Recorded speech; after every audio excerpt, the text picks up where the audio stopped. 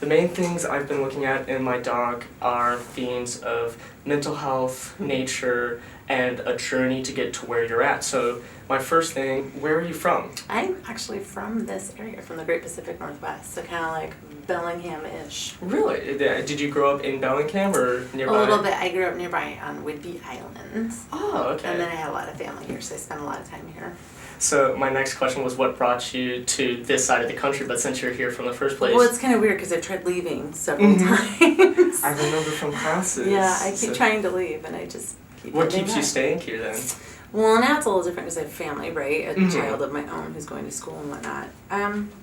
Some of it has to do with national politics of other areas.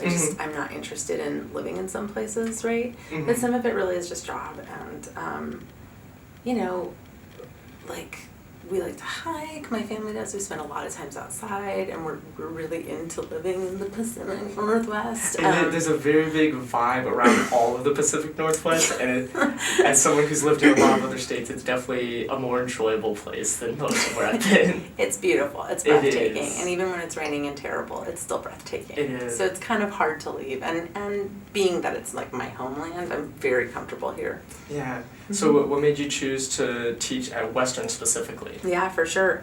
So I got out of grad school and I moved back here for like a little pause. Not really sure what I was going to do because I didn't want to go to New York. And actually, I went to school here for my undergrad, and I got a call from the chair at the time who said, "Oh, are you back from grad school? Can you teach like one class a quarter?" And I was like, "Yeah, sure, why not?" And then I just stayed. And you just kind of ended up here for longer than intended? Well, I think I had always taught, and my intention was actually to continue working with adults with limited access in life, so developmental disability, severe physical disabilities. That's what I trained to do in New Mexico with a multi-ability theater company. And so I wanted to teach, and I wanted to teach at the adult level. And so it kind of dovetailed really nicely. I just never thought I'd stay. So on that subject, do you think you made a good choice overall in staying here?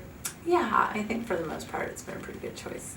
That's good to hear. Are you a fan of the Arboretum? Oh, of course, yeah. How often would you say you're up there? Twice a week. Twice a wech? Is that like something you have scheduled in, or is it just spur of the moment? No, I have scheduled in. I like to go between my afternoon classes and like do a little and then come back down, especially when the leaves are really pretty. So how often overall would you say you adventure through nature?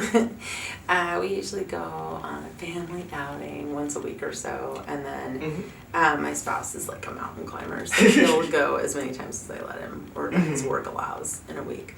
So definitely once a week, and then like definitely a very excursions. outdoorsy family. Yeah, we like the outdoors. How has nature impacted your life going through it?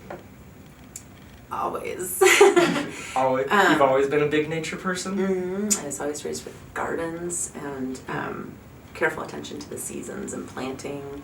And part of that's here because it's so fertile and we have such like very obvious seasons in the Pacific Northwest. Thankfully so.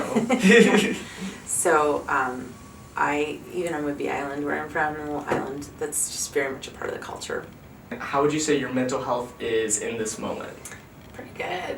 Yeah, I'm a little scattered. It's a little stressful. This time of quarter is also stressful for the professors. Getting to the end of it, yeah. You have so much to grade, I imagine. So much to grade. A never-ending cycle. It just goes like this. How has your experience with nature affected your mental health? I think it's critical that I go outside. I walk to school or bus to school. I think it's really critical for me to be able to function in the world. So how would you say your mental health was when you were in college, when you were going through undergrad? Oh, it's totally different, right? Because I was in my 20s and now I'm much older.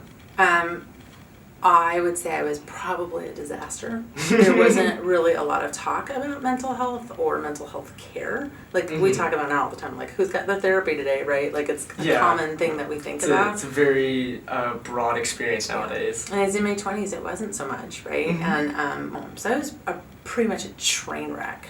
How has, or rather, what ways has your mental health improved since kind of settling down? Well, I don't even think it's improved. I think it just gets worse over the years.